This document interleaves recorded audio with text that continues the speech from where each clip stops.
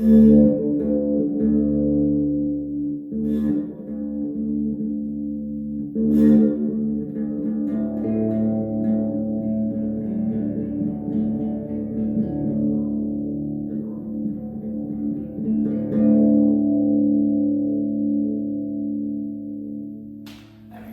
where it's at. Okay,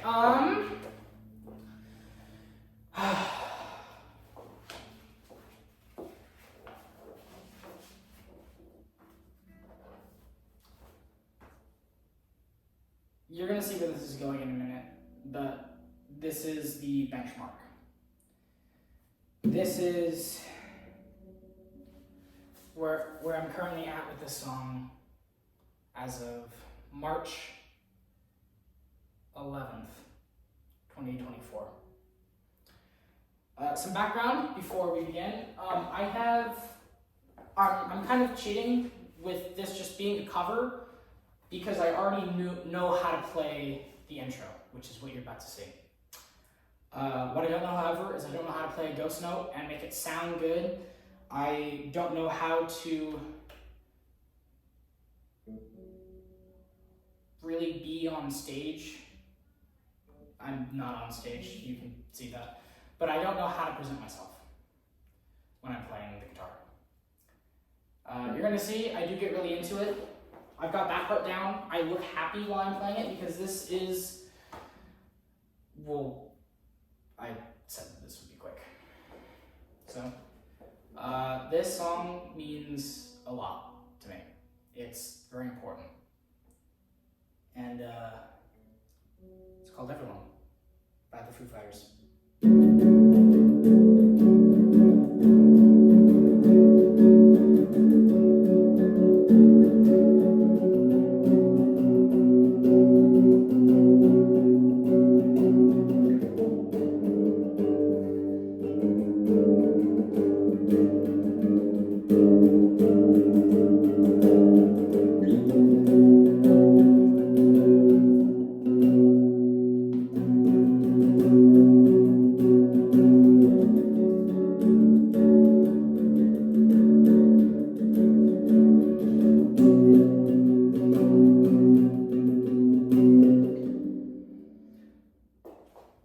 Okay, we're not gonna cut this time. You're not gonna see it, but there was another take before this where I went more in depth with the song and I explained it better. Right? I probably explained it better too. I was more elaborate with it. I'm not doing that. I'm gonna take a minute. I'm going to collect myself, and then you're going to hear what I'm hoping and praying is going to be the final take. What is going to be the last benchmark that I'm doing for this.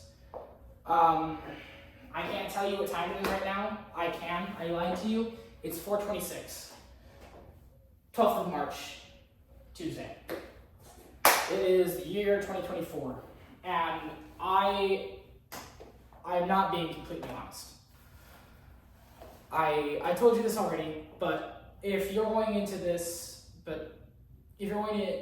with the idea that I have never really played this song before, that I'm reading these tabs from this, I'm not.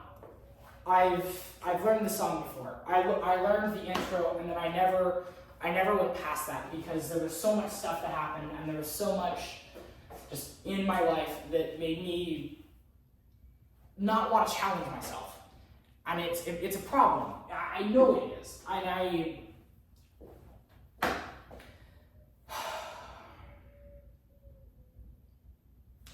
This passion project is misleading. It's not just a cover of a song that I like and that means a lot to me. It is going to be 10 weeks of me trying to figure out how to work past my own issues that I have that keep me from playing the song, that keep me from learning it properly, that keep me from learning any song properly.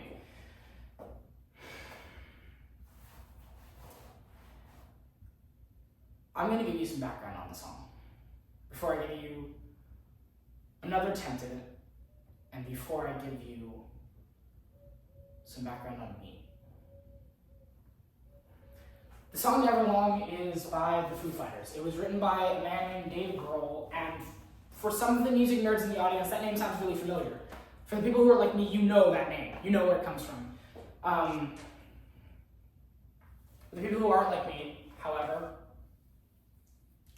Dave Grohl was a drummer before he was ever the lead singer for the Foo Fighters. After Kurt Cobain died, after Kurt Cobain killed himself, Dave got a call while Kurt was in the hospital. And I don't remember exactly what was said. I don't remember exactly what I read from the interview or from the video that I watched on this, but that death of Kurt Cobain kind of hit Dave Grohl, I remember. And it led to him booking a session in a recording studio. And I want to stress this, because I feel like it's the core of why I'm doing this song, of why this first section is done entirely alone, entirely by myself. I'm not going to show you, but there's no one holding the camera. I'll attach pictures later, but my phone is propped up on an attachment for a Nerf gun. There's 100 other things on the stool that it's on, too. But what Dave Grohl did after he got this news that his friend, a close friend of his, had just tried to kill himself and had succeeded, was he booked a recording studio. And he just went around to each of the instruments. He picked up a guitar and he played a song. He played the rhythm on the guitar. Then he realized the song needs some drums in the background, so he went and he did the drums himself. I want to stress this to you. The first album that the Foo Fighters ever made wasn't made by the Foo Fighters, it was made by Dave Grohl. He was a man who had just received traumatic, life-changing news, and his first reaction was not to go and drink himself silly. It was to go to a recording studio and to just play music. And I get it. I completely get it. The Color and the Shape is, if I remember correctly, the second album ever released by the Foo Fighters. At this point, they were a band. There were people in the band other than Dave Grohl, and I remember hearing somewhere, probably from that same video that detailed the start of the Foo Fighters, that at the time The Color and the Shape was written, he was not getting along with some of his bandmates. And I remember also hearing that the interlude, the bridge, the interlude for the album version off of Color and the Shape had Dave reading love letters from someone that he wasn't with. And that also strikes a nerve with me, and strikes a chord. And it's maybe something that I'll replicate if I can learn how to sing while playing the guitar.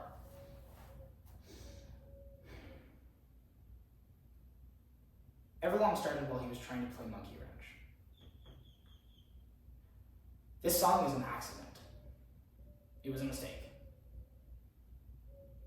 Until Dave started playing more of it, and he heard, hey, this is kind of good. This sounds kind of like Sonic Youth, a band that I've never heard in my entire life. This is me speaking. I've never heard of Sonic Youth in my entire life until I heard Dave mention it in a live acoustic recording of this song. So Dave goes and if I remember correctly, he calls up Sonic Youth and is like, hey, can I play a song for you? Because I think I might have ripped you off. And which makes me just want to listen to them now, they say, yeah, sure, go for it, buddy. Which is wild, which is crazy, because people don't do that. People don't do that in the music industry. They just say, no, if you think you've copied us, then guys that were like, yeah, no, that doesn't sound like something we did. That doesn't sound like something we did. But it sounds cool. It sounds like something we might do. Go for it. I can't stress enough how mind-blowing that is to me. Because I know that every industry is a very competitive one, and to see a band doing that and helping out another just starting out band, that's amazing. I love that. And I feel like it ties even more into the song and what it means. Which, let's get into that, why don't we? Everlong is interesting. If you listen to it on the album version, it has a very...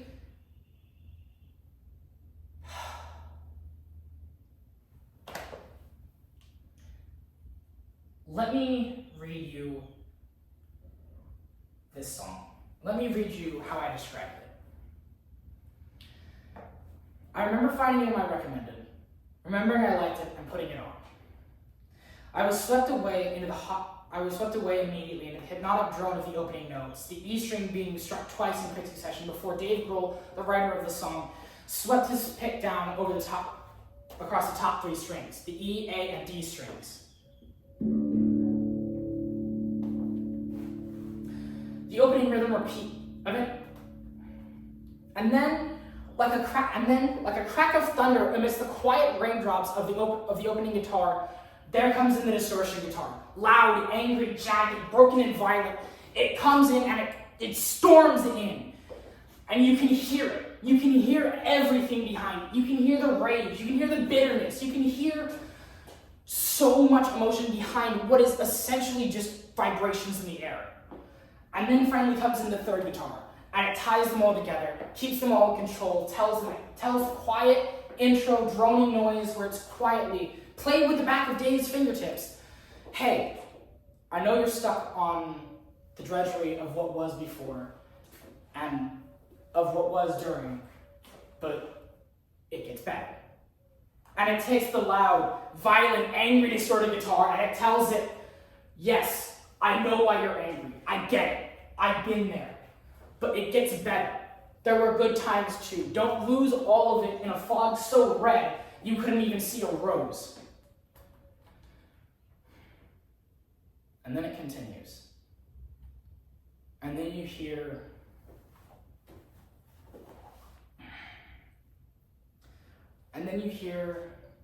the opening lyrics. Hello. I've waited here for you, Everlong. And all of it makes sense. All of it makes perfect sense. Because this is not just a punk song or a grunge song that's upset with the world and upset at how things are and just depressed. This is a deeply personal song, and it's about a relationship, and it's about love. It's about what to do when it's all over. So, if I don't bawl my eyes out or mess it up again, here is that song.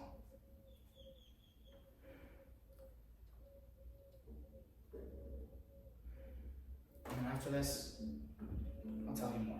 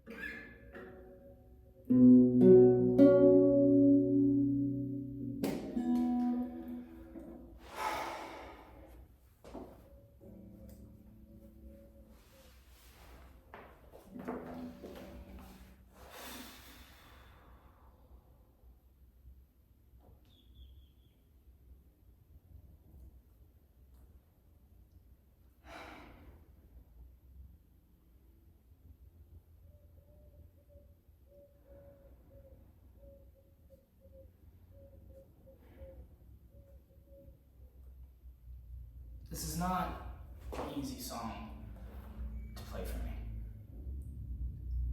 A lot of times it's not a song that I play because it makes me happy. It's a song I play because I love it. And because it means so much to me.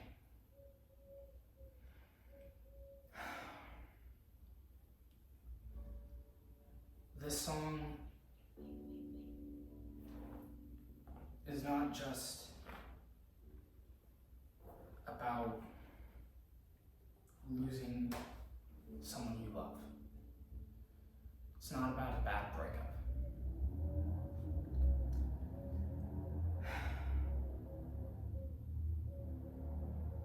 Now,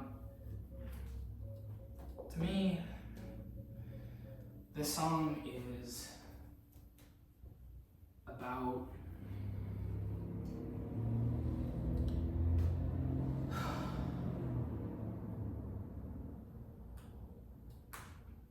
about what was. It's about a sense of profound and desperate longing for something that the singer used to have, that the singer misses, that the singer wants desperately to have again, but that she just doesn't. Now, none of this is mentioned openly in the lyrics. You don't hear any of this, but I do. Dave Grohl never says outright in the song that he's worried that this won't last forever, that nothing will be this good again. Well, he does say that. See, the chorus for the song is one that I remember all the time. It goes like this. And I wonder, when I sing along with you, if anything could ever be this real forever, if anything could ever be this good again.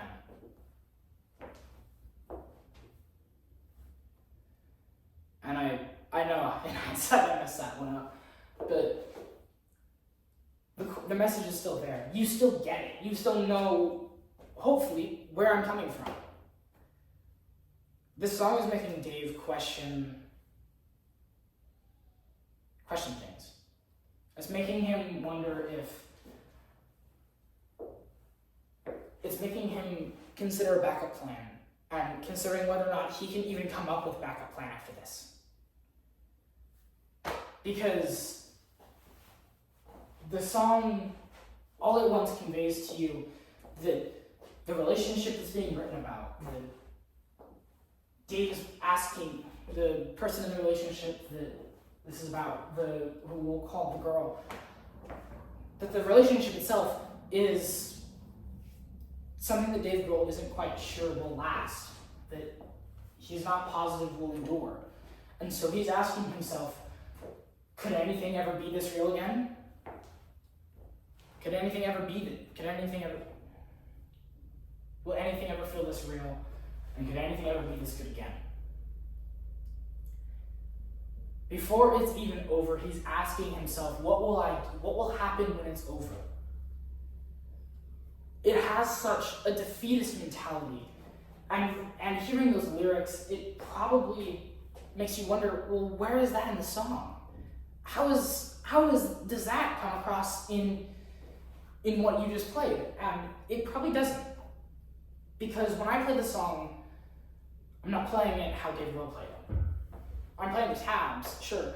I'm putting my fingers in the correct position, but we aren't the same person.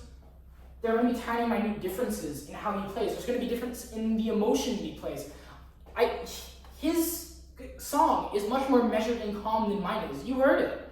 Towards the end, it's hammering violently on the strings. And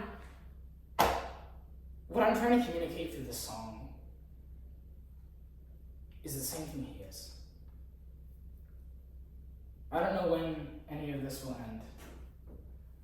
I don't know when I myself will end. I know if at some point things will stop feeling real. And it will go back to just being, I won't really be living. I'll be alive, but I wouldn't call it living. God. When I play this song,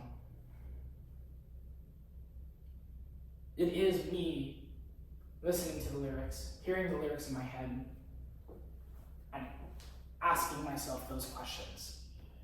Will anything ever feel this real? Will anything ever be this good again? And it's me asking my partner, though he isn't here, you've got to promise not to stop. You've got to promise not to leave.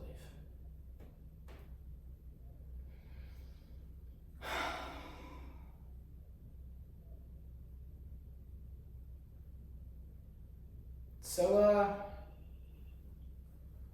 I have a script, and this is going to be about how, and this is less about the song itself, but more about me learning.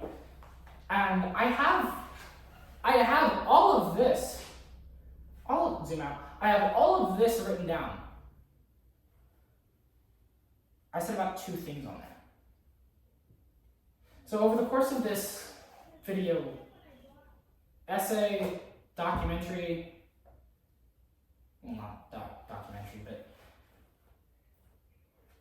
over the course of this thing, you're going to watch me learn in real time what works for this and what doesn't. And I promise after this, it will get a lot lighter and a lot less depressing, or at least I hope it will. I'm not certain. This song does things to me, you just heard that.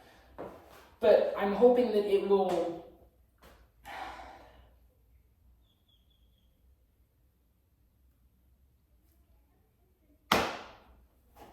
well, I'm not here to sit around and yap. I am here to play the guitar, so let's pull up the tabs. All right, so really quickly, you're going to get a crash course as I go through this on notes and music and how everything works and how all of this stuff works.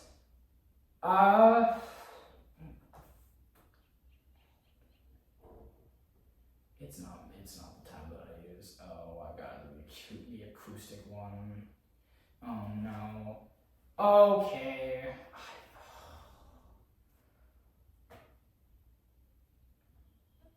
Most of this is probably going to get cut out. I'm not going to be sitting here the whole time just going through this. This is like awful.